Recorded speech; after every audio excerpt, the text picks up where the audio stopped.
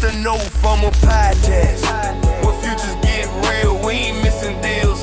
Real traders, no frills. It's the NOFOMO Podcast. Get your money right, investing overnight, working markets for a price. The NOFOMO Podcast. Authentic conversations, real traders, real markets, and a no-nonsense breakdown on the world markets. I don't even want billions of dollars. Yeah. I'm good.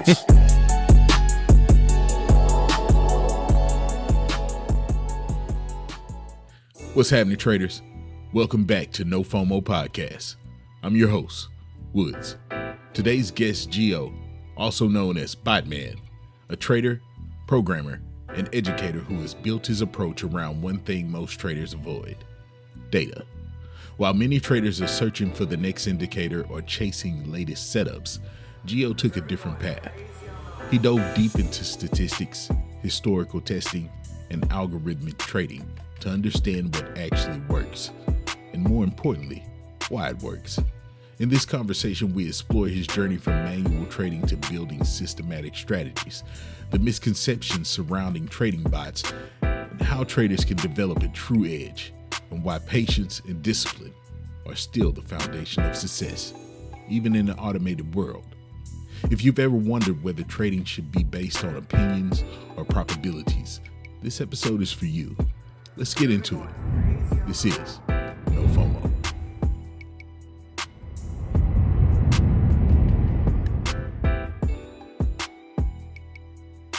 Man, what is up, people? We are back with another episode of NOFOMO, man. And we got the homie Gio in the building, aka BOTMAN. What's happening, man? Nothing. What's going on with you today, man? Hey, man, cooling, man. Trying to stay 10 toes through it all, you know what I'm talking about? Yeah. So, man, I'm happy to have you on, big dog. You know what I'm saying? You always talking about the algorithms and structure and mindset. You know what I'm saying? I seen what you're doing, immediately follow, another fellow brother in the market. And I was like, man, he got value to add to the community. I got to have him on the space, bro. You know what I'm saying? So, man, tell the people, who is BOTMAN outside of trading, and how did that version of you end up a statistic-based approach to the markets? Perfect. So I started trading manually 2017, summer of 2017. I started in Ricky Gutierrez, Tech Bud Solutions Facebook group. Shouts out to Ricky. That's when I kind of was trying to figure something out. I was working a corporate job, still in college, trying to figure out what I want to do. And I stumbled on the actual Tech Bud Solutions chat because I was following Ricky on YouTube. So I went into that, started building up my options account, took a paycheck, put it into Robinhood, and was trying to just options trade there. You can still see most of my posts in there. If you go to that Tech Bud Solutions group on Facebook, you're going to see a lot of my posts on there. We all were excited that summer. It was great. We made a lot of money up until the Walgreens Rite Aid merger. So at that time, Walgreens was trying to buy Rite Aid because Rite Aid was almost going bankrupt. Right. Unfortunately, they were stopped by the government for antitrust lawsuits because they were going to become a pharmaceutical monopoly. And they didn't want that to happen. So unfortunately, that deal fell apart. And I think we had calls on Rite Aid stocks. We had call options on Rite Aid, hoping that the merger would go through so that we can make a crap ton of money. But when it fell through, everything tanked. Wow. So we lost a lot. We lost a lot of money. I think I lost half my account that day. Yeah. Somewhere around that. And then the rest of the summer, it was just a bunch of other losses. And at the end of the summer, just went back to my girlfriend at the time, which is my fiance now, and was like, listen, I'm done. Yeah. I give up. I waved the white flag. When I lose and I don't understand why, which is my foundation of what I do now, I don't like it. I don't like gambling. I don't go to the casino. I lose $1. I put $1 into the slot machine. I lose it. I'm done. If I make $1, cool. I'm done too. I'm going to the bar to go drink. Nice. I'm done regardless. If I don't understand why, I can't do it. Yeah. So I basically stopped at the end of that. Fast forward, I ended up learning how to program because that kind of fell into my lap in college. And then in 2020, during COVID, when I got on TikTok, I met another creator named Paris. Shout out to Paris. He's a software engineer. He created a video on how to automate your Robinhood trades using Python programming. Mm. Never knew that was a thing until he dropped that video. Immediately started looking into it because Python is my bread and butter. And then I got into the whole space of like, what is automated trading? Automated trading leaded me to algo trading. What's algo trading? Programming has been used in markets since programming was created. Hedge funds have been doing this behind our backs without us knowing for decades. And then got into like that and then learned about how mathematics is used and like the fact that people have been cooking the market for years. Again, hedge funds have been cooking the market for years using mathematics behind our backs without us knowing for decades, and stumbled on all of these things. Try to piece it together, even though I'm not a mathematician, and landed here. A good summary of it all. I do have some books over here I was going to share, but we'll talk about that later. Man, cause like what came first for you? Was it trading or thinking in probabilities and data? Because you're big on the probability and data. So programming is that. So essentially my last job is a data analyst. So doing that, Python is like the bread. Python is not a great programming language for necessarily creating bots, but it's a great language when it comes to analyzing data. So when you learn Python, the bread and butter to Python is analyzing data, taking in a CSV of numbers, and then trying to make discoveries off of those numbers. Python is great for that. So before I even got into probability trading, I was already analyzing data for creating a strategy, whatever I need to do with Python. But then it's just applying probability to it is something that we started doing last year when I realized what I was missing in that. Which was like basically looking for something that reoccurs in the data that happens over a large amount of time, over a large amount of data. So 5 to 10 years worth of data. If something occurs 1,000 times in that 10 years of data, that's something significant. What is that? And how can we measure it? Say we basically get a range. So we say like, if price is going to break back into this range, hit the bottom of the range. That happened 1,000 times.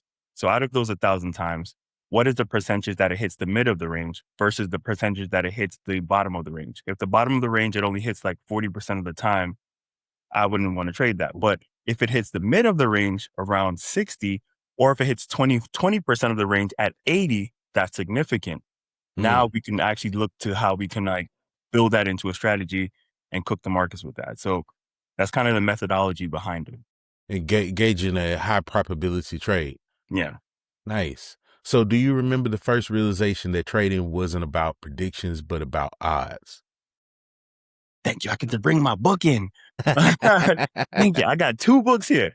Because I started, once I stumbled on all of this and kind of got into the quant side. I'm not a quant. I'm not a mathematician. I'm a programmer.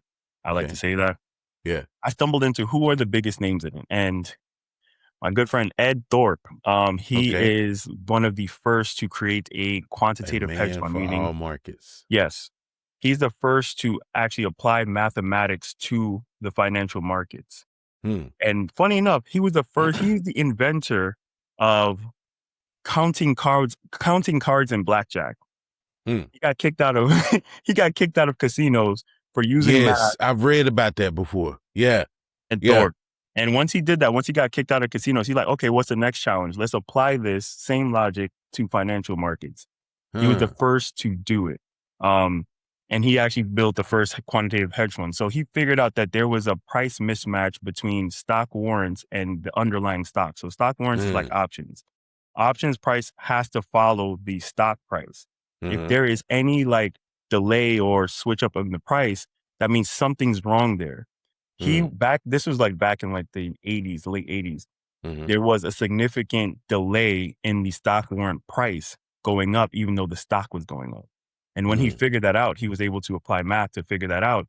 He was just cooking the market. He was just literally cooking the market, just trading off of that differentiate in price. So like if the warrant didn't go up when the stock went up, he would buy a crap ton of the warrants, wait, and the warrants would shoot up, cash out. So that's one of the first people that I learned about. Another great name in space is Jim Simons. Everybody uses him. He was coming up around that same time as Ed Thorpe. same thing. Like his fund to this day makes the most consistent returns over the last 30 years. I think they do like almost 80+% every year. They don't take any new clients because they're that good. They're like, we make enough money. We make Wow. billions on billions on billions, and they have models for everything. They're another great one. And lastly, I'm going to mention Fortune Formula. This is every single person that does it is in this book. So definitely read this book. Definitely read this book. But that's generally what it was. Once I kind of like looked into the space, I wanted to look at all the big names in the space and try to understand how it all works. Even, try to like break it down to how I can use it. So, yeah. And like when you say statistical trading, what does that actually mean in your world? So basically, just like that, what I said was like take a large amount of data. I had a talk with somebody the other day too, where it's like you can't base it on 1 year worth of data. You need to figure out what has worked over a large amount of years, and that's because the market always changes. If you just back test for a year, that doesn't prove anything. Like 2020, COVID happened, and that was a whole thing. That was 6 years ago. You need to factor for that. We had the election a few years ago. That also affected the market. You need to factor for that. We had war in Afghanistan. That need to be factored for that too, where all of those things generally affected the market. So you want to see what worked through all of those things, because then you can have more assurance that it will continue to work in the future. But if you just trade for this year, you're just building it based on what happened this year. It may not happen next year.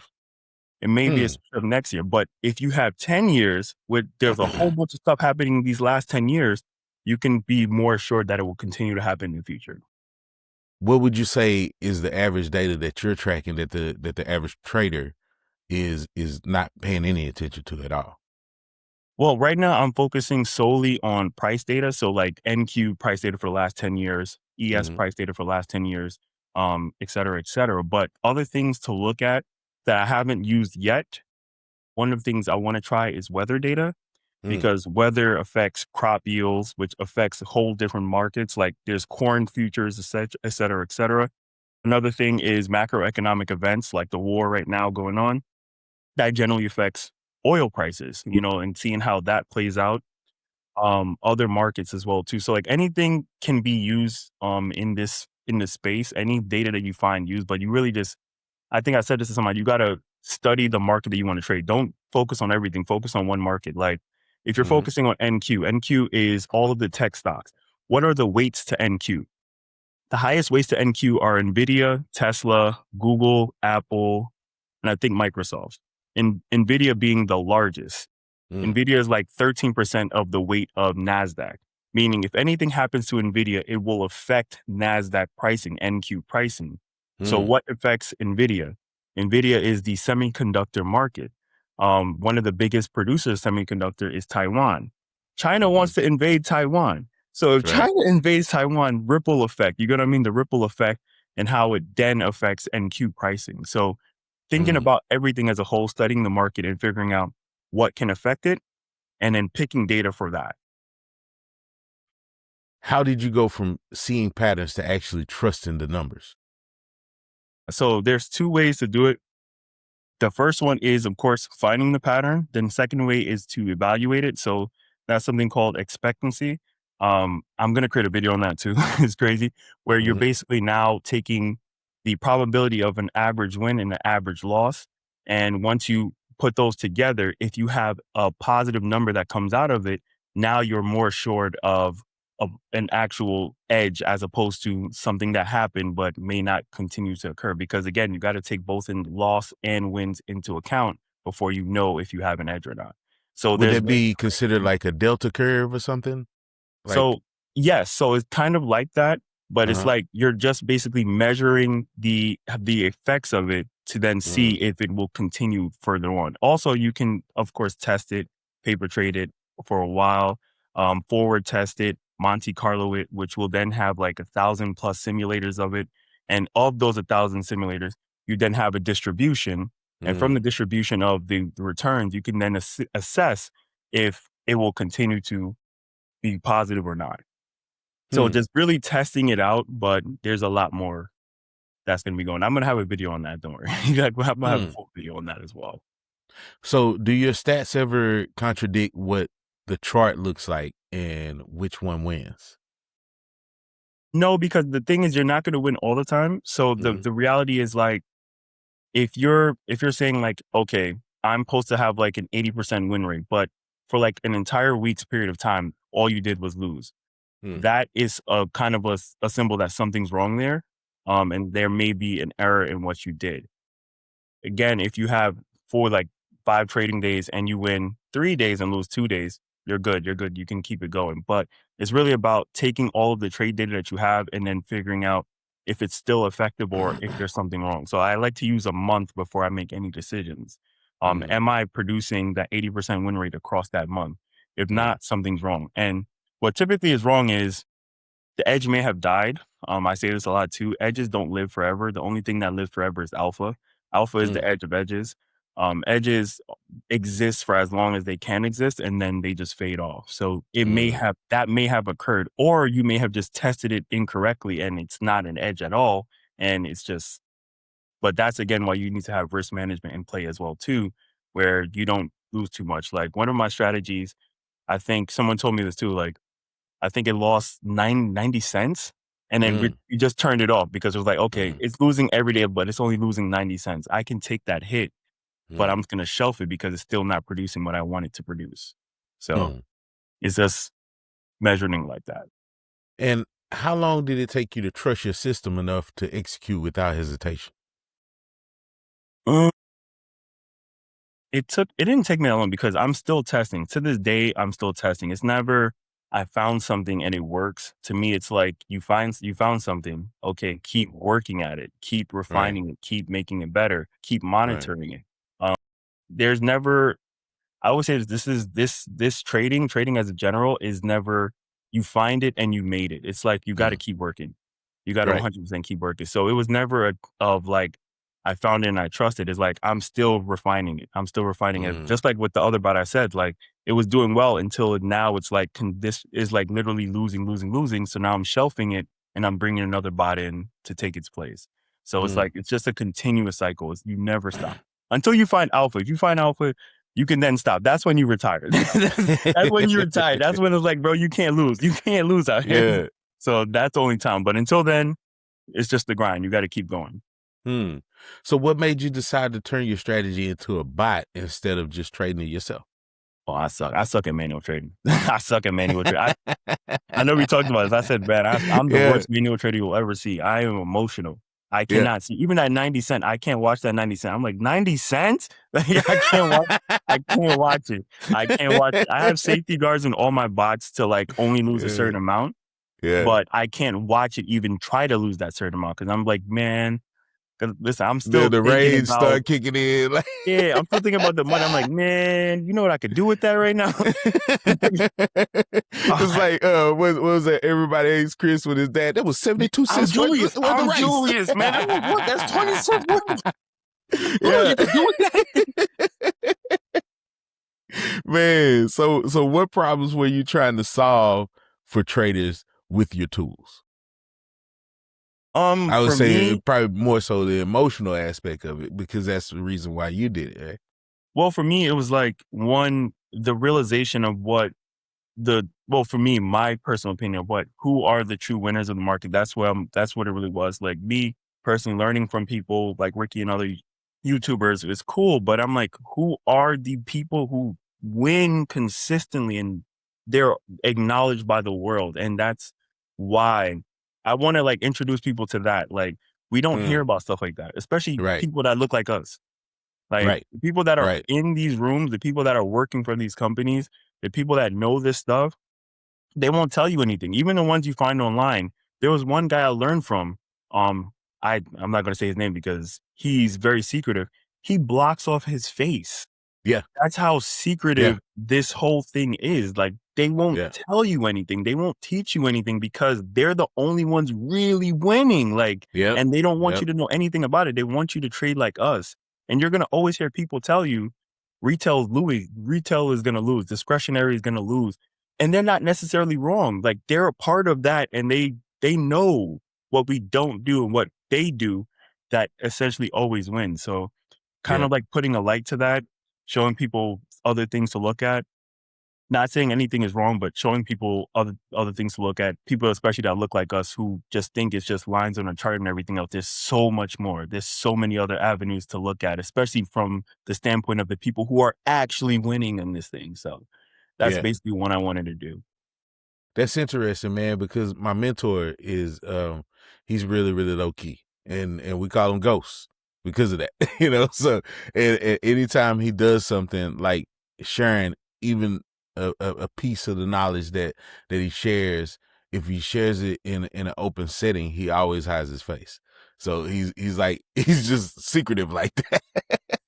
And you think you would lie, you know what's funny? You laugh at stuff like that, and it's like, why y'all so secret? Then it's like, no, because they're printing. Like, yeah. they don't want you to know who they are, what they do, where they live, none of that stuff. Like Right. most of them even leave the country. I'm like, that's crazy. Yeah. It's crazy, man. Cause like, man, when you really, really making it like that, you want to go ghost. It's like, yeah, I don't want nobody to even know. Yeah. There would be signs, but you there won't will know. be signs. I'm gonna just like if all my social medias go down today, I'm in Singapore, brother. You gonna hit me up like, no, leave me up like I don't know who you are. Bye. Like, yeah. Say, man, look out. If you're serious about trading futures, but you're tired of risking your entire personal account trying to level up, then you need to go check out Halcyon Trader Funding. Look, one of the biggest challenges that traders face isn't just strategy, it's capital. That's why I partner with them. They're giving traders the opportunity to get funded, trade real accounts, and actually scale without needing a massive amount of personal funds right up front. And what I personally like about Halcyon is they understand traders. They know that consistency matters more than gambling. They know that discipline matters more than hype. That's what I talk about here on the NOFOMO channel every single episode. So, if you've been grinding, putting in the chart time, working on your psychology, and you're ready for that next level, go check them out. That's over at Halcyon Trader Funding. And when you sign up, use my code NOFOMO. That's NOFOMO for a discount. Again, that code NOFOMO, man. Over at Halcyon Trader Funding. Now, let's get back to the episode. Do you think most traders are better off discretionary or discretionary or systematic? I say systematic. I know we talked about systematic. I believe is scalable. So systematic, when you have rules to do X, Y, and Z, you can quantify that. You can actually back test it. You can actually structure it in a way where you can then see how you can add on size and then, of course, limit your risk. When you have systems, you can turn it into a bot. A bot can open up avenues of more testing. So anything that can help you test and scale is perfect. Discretionary, some people are really good at it. And I say continue. There was one guy who wanted to have a bot built by us, but he realized at the end of the day, he's like, no, I can't really do that because I know what I know and I can't transfer that into a bot. And there's a lot of traders that do that and they're good at it. They are the traders. You know what I mean? They're not it's not a strategy. It's them. It's their intuition. It's their experience. And that's good, but that's not scalable. That's the only issue. It's not scalable at all. So systematic is the only way to scale. I'm not saying, again, if you have that intuition, you have that experience, it's you. And that's a great thing. You can trade that, you'll be successful. But scaling wise, systematic. Yeah, you definitely have to go systematic. So what's the biggest misconception that people have about trading bots? Oh, that trading bots will make you successful. Oh, no, man. I say this all the time, man. I always try to say this. I'm like, people, when I enter calls with sometimes with people and I sit there and look and I'm like, this bot is going to be crap. And I'll say it straight out. Like, I won't be rude, but I'll say it like, man, if you thought a bot is going to make this profitable, I can't help you. The strategy is everything. The strategy is everything. So that's why when I'm talking about statistics, I'm saying I'm pulling data and figuring out what works in that data. It's not the bot. It's the data that I found, transferring that into a bot. Same thing with any trading bot. If someone's selling a trading bot or somebody's telling you they're going to, I have a trading bot for you, ask them, let me see the strategy. Because the strategy is what makes it go. If the strategy is crap, the bot is crap. Strategy is good, bot is good. And that's why it's all about finding a strategy, testing it sufficiently, making sure everything works. And then if you want to automate it. You don't need to, but the strategy is king. The strategy is king. The bot just automates it. So just think of the bot as you pressing buy and sell. If the strategy is bad and you're pressing buy and sell, you're gonna have a bad P&L. But if the strategy is good, you're gonna be winning. And I see that a lot of people get the misconception that they can get a bot, turn it on, and everything's said and done. You know, not realizing that you actually have to manage the bot the same way you would manage a trade or watch the market. Yeah, so it's difficult. Like me, I changed my methodology. I used to use one bot at a time. Now I'm using multiple bots for the concept of balance. Because again, with the whole statistics, every bot is not going to win every day. The ideal is that, and even with some of the things that we're going to be doing, like statistical models, we're going to be adding to our bots. We want to keep the winners. We want the winners to ride out while the losers just cut off. So that's essentially the ideal. And I call it the basket trading theory, where I'm trading multiple bots at one time. I'm trading 7 right now, and I'm going to be increasing it to 11, where they just all trade together.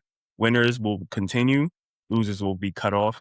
The whole thing balances. The P&L will balance. And have you ever seen someone misuse your system and blame the strategy instead of the discipline? That's again where I'm like, okay, let's pull up the trade data. Like the beautiful thing about Ninja Trader is like, okay, let's pull it up. Let's see what you did. Yeah. There you go. Yeah. So it's like, I can men lie, women lie, numbers generally don't lie. We're going to look at this together. Unless they're manipulated. Numbers generally don't lie. So like, when it comes to your vision, your legacy, representation, what are you ultimately trying to build with your platform and tools? Me personally, one of the things, this is why I put a lot of my videos on YouTube now, because one, like I said, like there's no one, I had to piece all of this together. It's a whole secret society of people. No one's talking about this. So whatever I learn, I want to put it out there for anyone who's just as curious as me, and you need somewhere to start. That's why I'm pushing that. So one of the things is I want to, like, of course, inspire people as well as anyone who's interested, who's like a data nerd, who's an analytical nerd like me. Here you go. Here's everything you need to know to get started. Go to the moon with it. So one thing is like teaching those people, but also meeting those people and finding some way to partner. One of the biggest things I also believe as well is that even the hedge fund model, you'll know it's a team sport. Like everybody plays their own position. You know, like the dream team, everybody has their own position, where testing is a whole thing in itself. You can't, one person testing, you got to spend all your time testing. So one person testing, another person, you know, combating what was presented through the testing, another person executing, another person like taking the trade data and figuring out what went wrong. So even building a team is kind of what I'm kind of like envisioning a little bit too, because the workload, so to really do well, the workload needs to be split up, as well as like a team needs to be put together to actually really scale something. So it's really just teaching people who are interested in stuff like this, especially people that look like us, but then also finding a team to some degree of like people who can fit those spots together with me. And do you see yourself more as a trader, a developer, or educator long term? I wouldn't say I'm an educator, because trust me, I do not sugarcoat anything. And I'm about to say this, I'm from New York and I'm a Jamaican American, but I don't sugarcoat anything. Like I'm like, you thought this was easy? I'm like, I'm not one of those YouTubers and like, yo, here's the easy way. This is not easy. This was easy, we all be doing it. This was easy, we all be doing it. So I wouldn't say I'm a great educator, but I feel like I'm a great programmer who fell in love with the mystery of trading. I feel like even if I do find like something like alpha, I will be so sad because like the mystery is gone. You know what I mean? I like the mystery. The game is fun. Yeah. When you like start to like really just enjoy it. Like it's fun. But once you catch it, it's like, And I can tell with your passion for the developing portion of it, that's truly going to make you a great educator long term. Hopefully. Yeah. If everything plays out right, what does your operation look like in 3 to 5 years? I mean, if it plays out to the best of the ability. Like I said, I'm being Singapore. I'm deleting all my social media. You gonna be messing me up like, bro, I don't know who you are. What If you we get did? that What? message, you're gonna be like, if you get that message, you're like, oh, my boy did it. He did it. But other than that, my operation is just gonna be like, again, probably a small group of maybe up to 5 of us, all of us doing different things. And then hopefully we do so well together that we could essentially look at, because again, if you trade well enough, people will reach out to you. People reach out to you to, manage certain portfolios. That is kind of what it is. But to do that, you have to reach that level of trading. So that's something I can see, like with a team environment, if we can do that, that's something that we can attain. And then once you attain that, you're essentially just running that and chilling for the most part. Yeah. And like as a Black trader in the space, where we are not always visible, does the responsibility mean anything to you? So just like I said too, I think, yeah, but at the same time, it's like exposing us to other things. I feel like there's so many other things that need to be exposed to us. Like it's not necessarily, we're not held back necessarily because of what we know, but what we're not exposed to. You get what I mean? Right. Like a lot of other people know about all this stuff already. A lot of other Right. people are being pushed to all of these things already. Right. It's like we're kind of confined to what we know and what our community knows. And it's kind of like this. So having people break open that a little bit and show you like, here's this, here's that, here's this, here's things you're not looking at that can be so beneficial to you. Like for me, what I would say to anybody who's in high school that look like us, take this stuff seriously, go into a math program in college, hopefully you get into an Ivy League, because if you do that, you're set for life. You don't even realize how set for life you are. Because once you get out, especially if you do well, you get a great GPA, these funds will pay you $1 million salary. They'll pay you $1 million, especially if you love trading. They'll pay you millions of dollars to trade for their fund. Spend a couple of years there and then go do your own thing. 9 figures. That's a game plan that's been happening for years that we never knew about. Right. But math, physics, do that. And I'm telling you right now, traders are fighting to get there. You'll get there within 10 years. Most traders will never see that. And that's the reality. Like it's insane. I wish I knew that back then, but it isn't. Right. And it's like, you don't know what you don't know until you know it, you know? And then it's like, oh, it's too late. Yeah. Because I'm like, if I would have got exposed to all this stuff in doggone high school, it would have been a total game changer, you know? Would have been in Singapore already, you know? Right. So, man, people think systems remove emotion, but do they really? Oh yeah, they do. They 100%. Like I said, my bots are trading. I'm asleep. Most of them stop it. I wake up at like 10 a.m. most days, go to the gym, go running, do something else, come back. Then I check. I'm like, okay. And then I go about my day. Nice. It does. Because I'm like, I really, especially with all of the things that I have in place to protect my account from like certain losses. Yeah. Even if I do catch a loss, it's not a huge loss because it cuts everything off immediately. Right. Literally no emotions. Nice. So where does psychology still show up, even when you're trading statistically? For me, it shows up in the sense of, it shows up in a positive way because now, because like I said before, when I was losing, I'm like, this is gambling in a sense because I don't understand why I'm losing. Now, when you trade statistically, okay, if I have like a 60% win rate, I'm going to lose 40% of the time.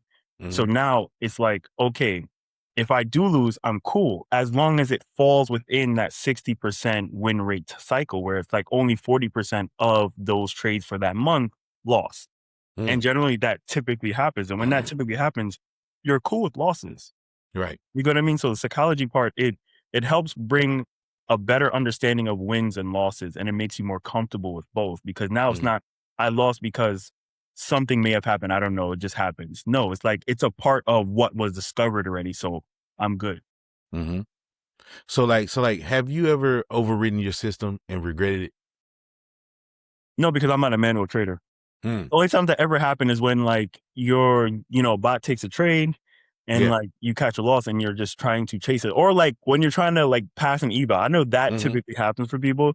Like it gets close, like you're like $100 off and you're like, let me just try to get the 100 manually, and then mess everything up. That's the only time that happens. Is that greed might like it's when the greed demon is on your shoulder. You're just trying to like get that last couple of wins, and like you're like $100, $200 away from passing the eval or getting the payout. It's on your shoulder. Push that button. Push that button. It's on your shoulder. Like push that button. Push it just a little bit, and it's like wait, no. And now you 1,000 down. It's like you was 100 away. Now you 1,000 down. Man, what does discipline look like for a trader who is already has a proven edge? Discipline is just continue to follow your system. Again, FOMO doesn't hit you.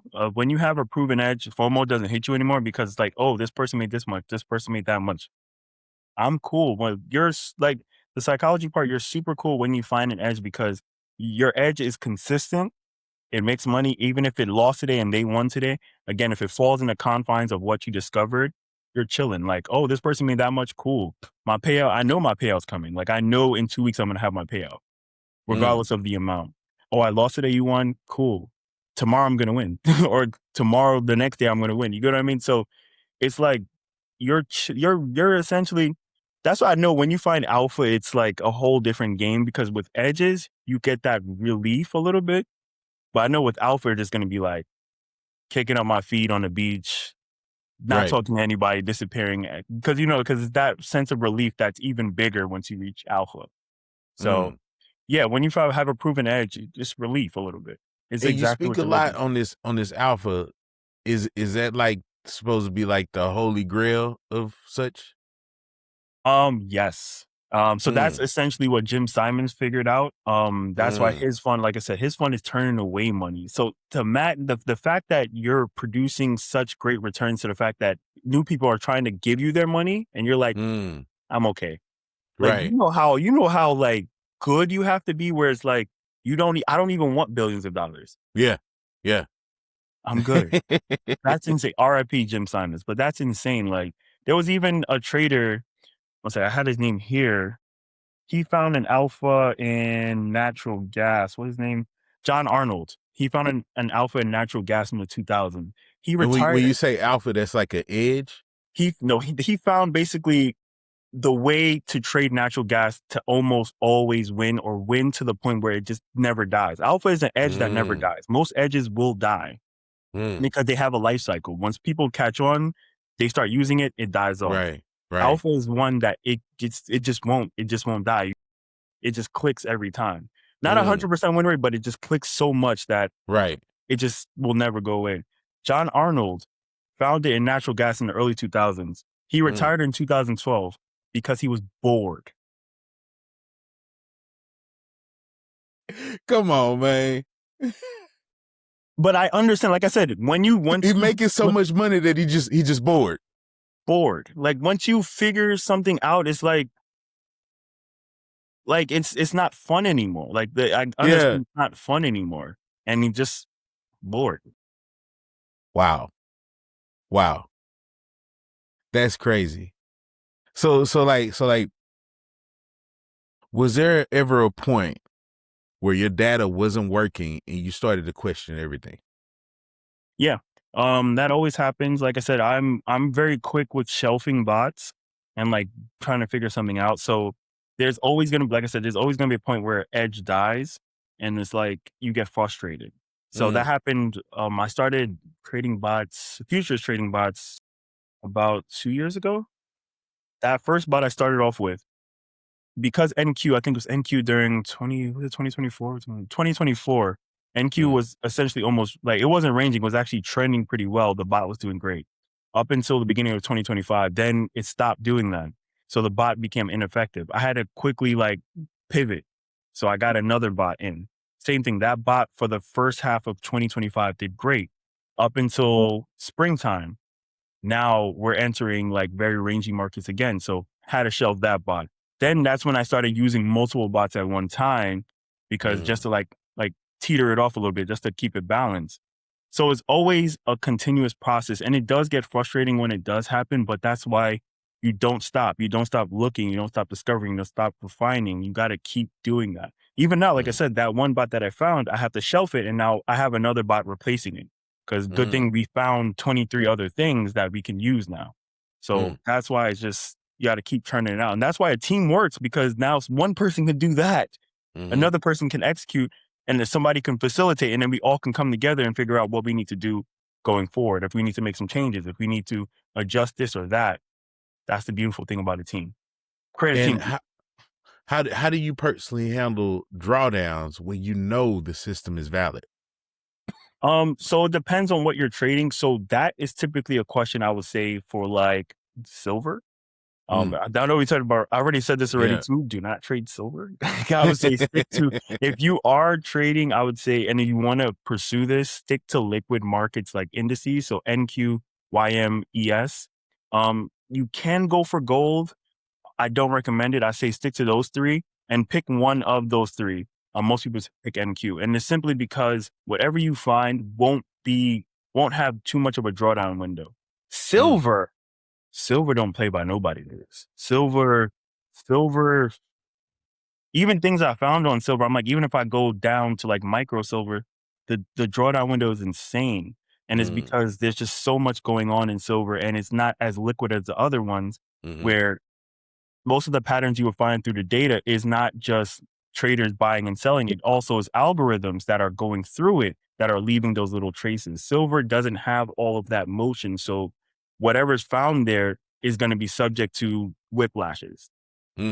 So when it comes to that, it's just really testing and refining and then figuring out what market fits for you. That's why I say just stick to those three. If you're starting out, leave silver alone. Generally, leave silver alone. It makes great money, but it loses great money too. So Right. So what's a mistake that you made early on that the numbers alone couldn't save you from?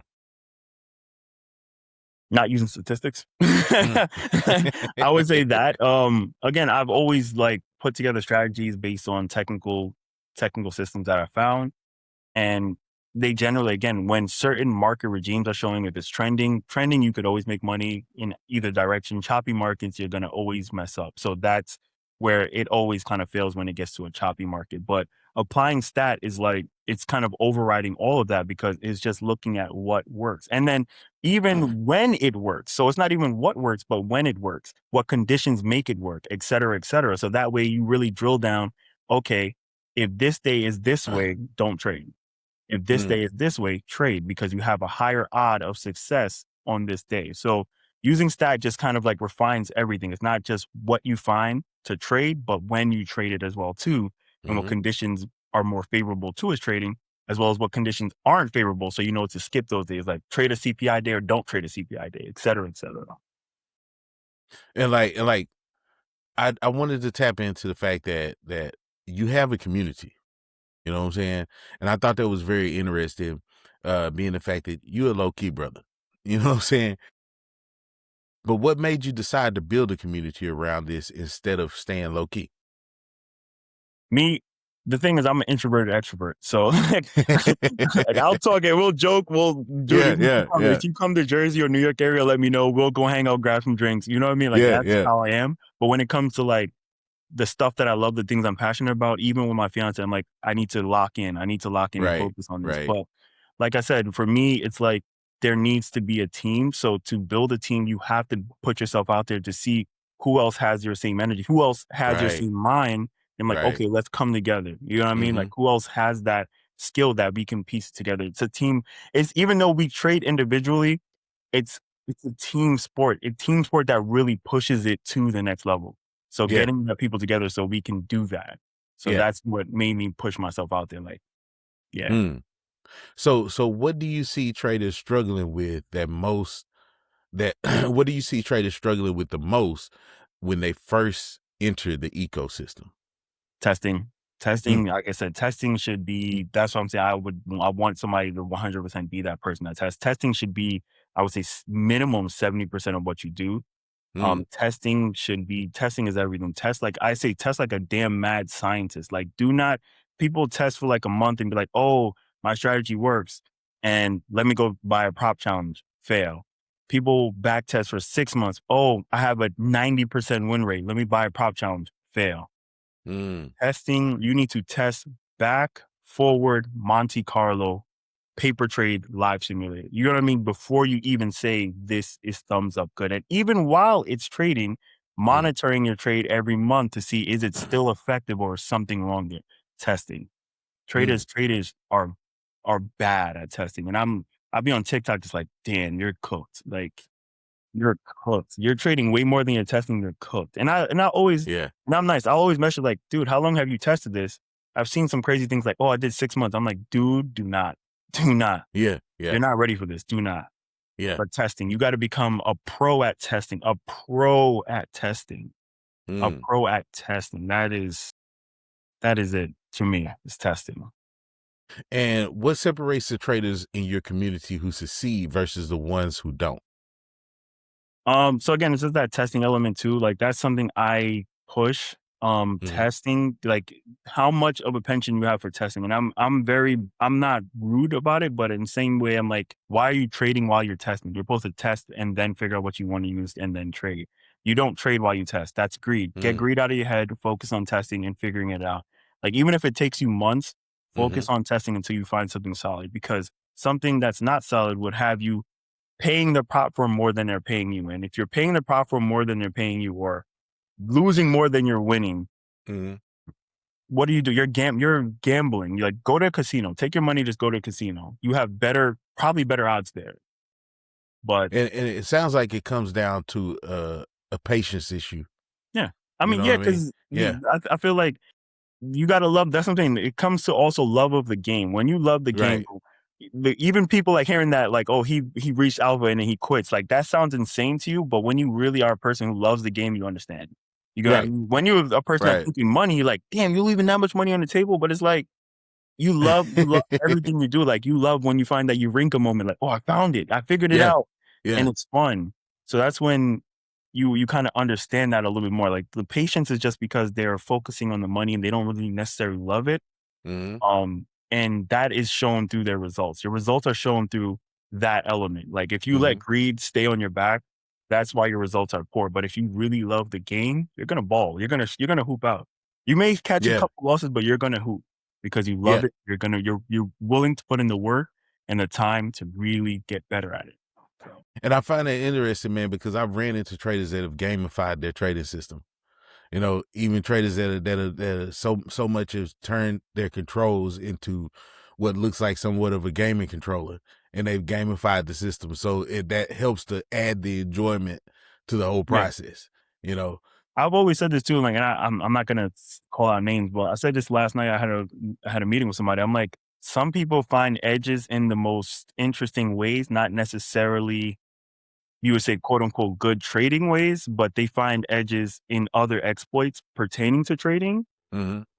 I'm edge is edge. That's what I said. Edge is edge. Yeah. Like some people, like before I call it the golden age of prop firms. You could really, people were going crazy. People going crazy was like a churning machine for props. And they found a small edge with that. Props were really just doing too much. They were letting people just get away with everything. That's like, you're not a good trader, but you're up $1 million. Yeah. Who am I to say anything? You found the exploit not in trading, but in the prop. Yeah. So, what does typical trading day look like for you using your systems?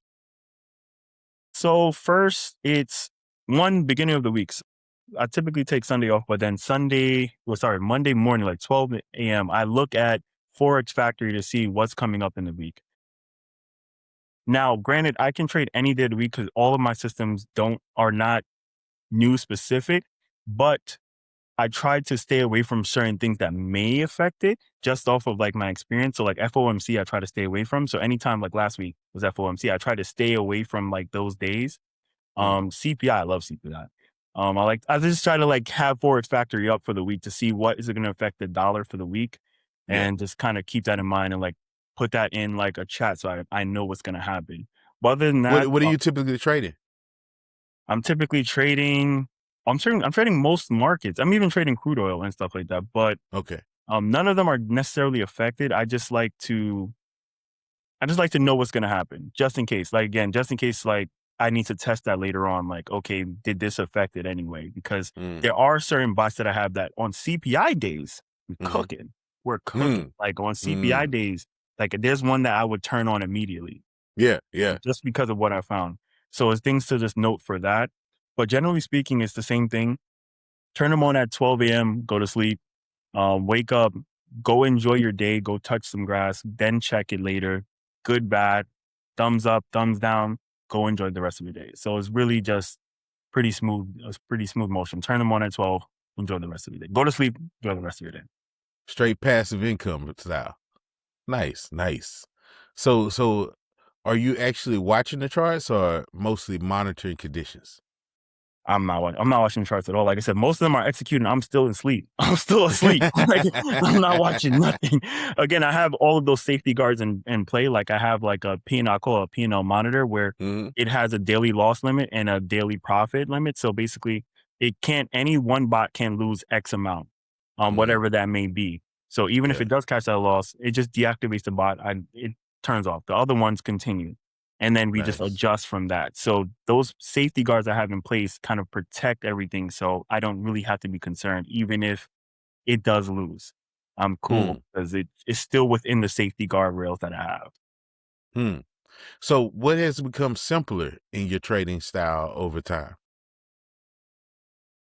I would love to say testing, but testing got worse. Testing is this. Because like I said, like now I'm looking at alternative data now. So it's getting even more stuff. Right. So not testing, I would say execution definitely, because like I said, now I'm not really too focused on what messes with the dollar. Like I do have I have CPI bots, but most of my bots are not necessarily affected by those things. And even if they do affect it, with the safety guardrails that I have in place, I'm good for the day anyway. So and execution for you consists of just primarily just when to turn the bot on. Yeah, execute and turn the bot on and like the way it runs. So like a lot of that has gotten a lot smoother. It's just again the testing got harder. The testing got way harder. Yeah. Way harder. So what do you no longer do that most retail traders are still stuck doing? Trading basic systems. So like trading basic like price action systems. That's something I've completely, again, most of my earlier bots were focused on those things, but now it's just completely sticking to an odds-based system, a statistic-based system. And that doesn't mean you don't use price action strategies. So with statistics, you can find trails of patterns that happen consistently, like certain moves like reversals or continuations, et cetera, that happen through the data. Or like in the video I dropped on YouTube, I can take something like the silver bullet strategy and push the data through it and figure out what conditions make the silver bullet strategy more successful. What conditions give it a higher odds of success. So statistics is not about just finding a pattern. It can also be applied to a strategy to figure out what makes the strategy better, especially backed by enough data. So that's I said essentially what I think it is like applying statistics to kind of improve what you have, or applying statistics to find something that needs to be discovered. Man, bro, this is straight game. You know what I'm saying? So man, giving the sauce. So for a trader out there overly complicating everything, what would you tell them to simplify immediately? Testing. and I'm gonna be honest with you. You gotta love the game. I'm gonna say like right now, you gotta love the game. Like I don't even know what you can really simplify with testing. Like I said, I got testing. It got harder, but testing is the core to it all. If you don't test, I can tell how much you test by your results. I can tell how much you care about testing by your results. I can tell if you got overly confident and just listen. If you are overly confident, get on Apex, Lucid, Funded Next Future, because I'm happy to take your money. Best believe every dollar you spend on reset fees and et cetera goes to the people who are getting payouts. So get on Apex, Lucid, Funded Next Future. I'm happy to take your money. But other than that, just really falling in love with it. Like if you truly, truly love it, and it's like you want to do this, like try to just really refine your testing. Try to make testing a core of what you do. Don't overlook anything. Make everything like everything about of your strategy needs to be a part of it. Also, not only testing, but studying your market. Like I was saying too, like if you study NQ, if NQ is your market, you need to study NVIDIA, you need to study Tesla, you need to study Google, you need to study Microsoft. Those are some of the biggest companies that push NVIDIA. They're the biggest weighted companies in NQ. So Mhm. those need to not be overlooked because they affect NQ to a Mhm. degree. So studying the market itself too. So testing and studying the market and figuring out what affects the market and of course what affects the testing that you're doing as well too. So really love the game, love it, love it, love it. Don't take anything as insignificant. Everything is significant, and economics too. So looking at what's going on with the war in Iran, as well as what's going on with geopolitical events, like what's going on with our relations with other companies and other countries, and how that affects our trading market. So nothing's insignificant. Love the game, love the game, love the game. That's all I Mm. gotta say. You gotta love the game. So are you combining macroeconomics and along with probability and statistics? I built an app to like track, and there's a bunch of apps that are currently available for that to like kind of track all of that. But Mhm. how far they affect it, I do trade crude oil. So crude oil is very big on the global scale. So that Mhm. is heavily affected by stuff like that. Everything else indirectly affected, but trying to merge those two is something that again I'm looking into too. That's why I said testing is getting worse because I'm looking into doing that as well too. But keeping an eye on all of that. So like when you watch those movies and they have like CNN playing next to their chart, there's a reason for that.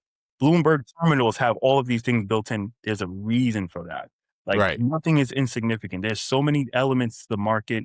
We can't even predict it. That's how so many elements there are in the market. But being mindful of like keeping an eye on all of it because it can affect the market and affect your trading. Mm.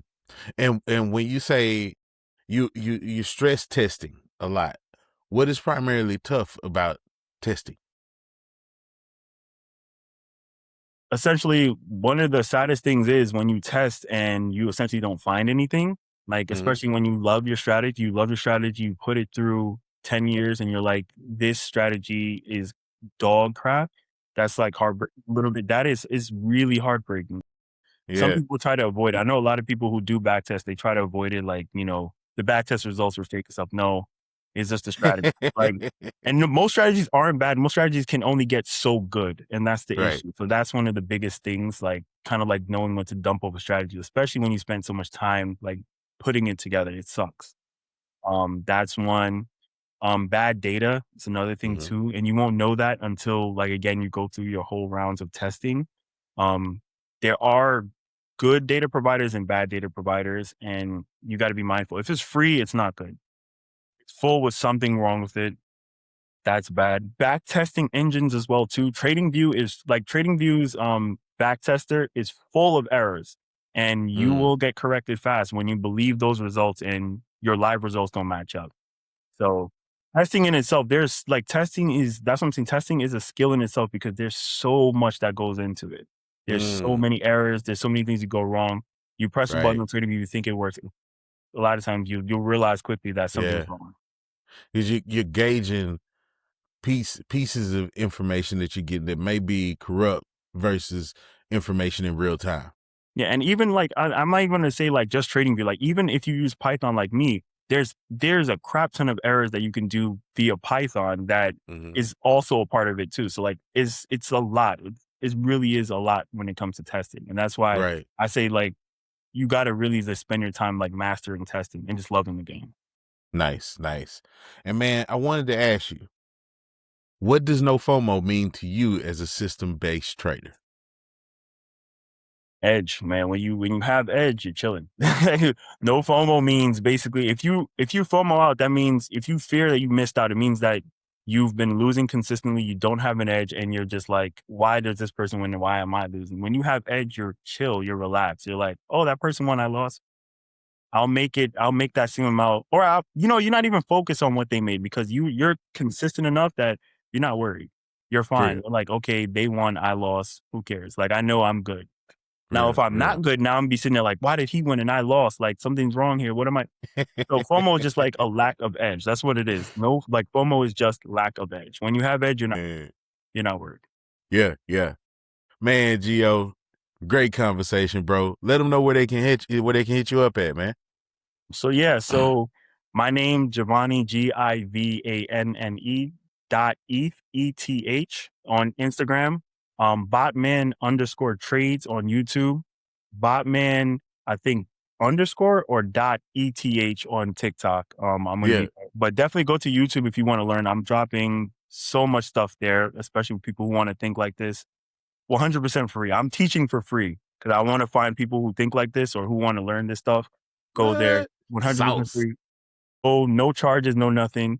Just game. So if you want to shoot, if you want to look like that, hey, if you're interested in this stuff, if you're interested in all this stuff that I'm talking about, 100%. There you go. Nice. BOTMAN, the superhero of the game, man.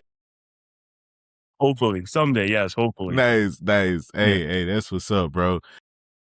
Like I say, man, I'm rooting for you, bro. I'm watching everything you got going on, man. I'm very, very excited about your progress and what you're doing. You know what I'm saying? Like, I love to see another brother in the space. You know what I'm saying? And you touching on things that I struggle with the patience to really dibble and dabble in it, to understand it at the level that you're intaking it, but you're making it so digestible. You know what I'm saying, for the everyday individual. And man, that's something I know people really appreciate, bro. You know, I just want to thank you for your time, man, coming on, man. It's a great conversation with you, and we're gonna stay connected until I go to Singapore. Yeah. See me again, bro. Yeah. But I want you to be like, oh, he made it. Yeah. Hey guys, thanks for tuning in for another episode of the NOFOMO Podcast, where we discuss keeping it cool and adapting to today's ever-changing markets. If you enjoyed this episode, make sure that you like and subscribe. Hit that like and subscribe button so that you don't miss out on future drops. We've got plenty more insight coming your way. And until next time, stay focused, stay disciplined, and remember, the best mindset to keep is no FOMO, man. Y'all be cool, and we'll catch you on the next one, man.